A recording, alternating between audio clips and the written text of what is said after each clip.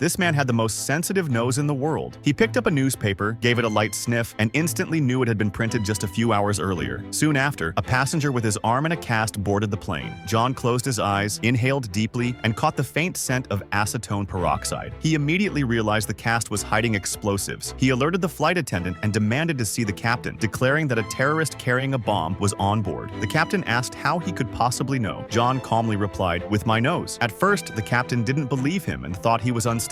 But then John dropped his ultimate proof. He told them he knew about the hanky-panky they had been doing in the cockpit just 40 minutes earlier. The captain and attendant were stunned. They finally believed him. Thanks to John's sense of smell, all the passengers were saved. That same day, John's ex-wife suddenly called. Their son had been caught smoking weed at school, and the principal wanted to see him immediately. John rushed to the school. The principal explained that his son and his classmates had been smoking weed and selling it. Then he showed him a bag of evidence. John lifted it, sniffed once, and confidently declared it wasn't his son's. He followed the scent trail straight to the chemistry lab. There, he grabbed a student's backpack and dumped it out onto the table. Several packets of Mary Jane spilt out. John announced that this boy was the real drug lord, then turned and walked away, leaving the stunned principal speechless. It turned out John wasn't just any man. He was a detective, and what had just happened was only a warm-up. Soon, his friend Neil called for help. A wealthy CEO had been found dead in his apartment. No clues were left behind, and the police were baffled. John arrived at the crime scene. Closing his eyes, he took a deep sniff. At once, he concluded it was a homicide. The victim's coffee had been poisoned with digoxin, a medicine used for heart conditions but lethal in doses over 0.1 grams. John then described the killer in shocking detail. A man, 45 to 50 years old, who had recently quit smoking and wore a nicotine patch on his right arm. He explained the killer often visited smoking cessation clinics and had been at one just 2 days earlier. Using these precise clues, the police quickly tracked down and arrested the murderer.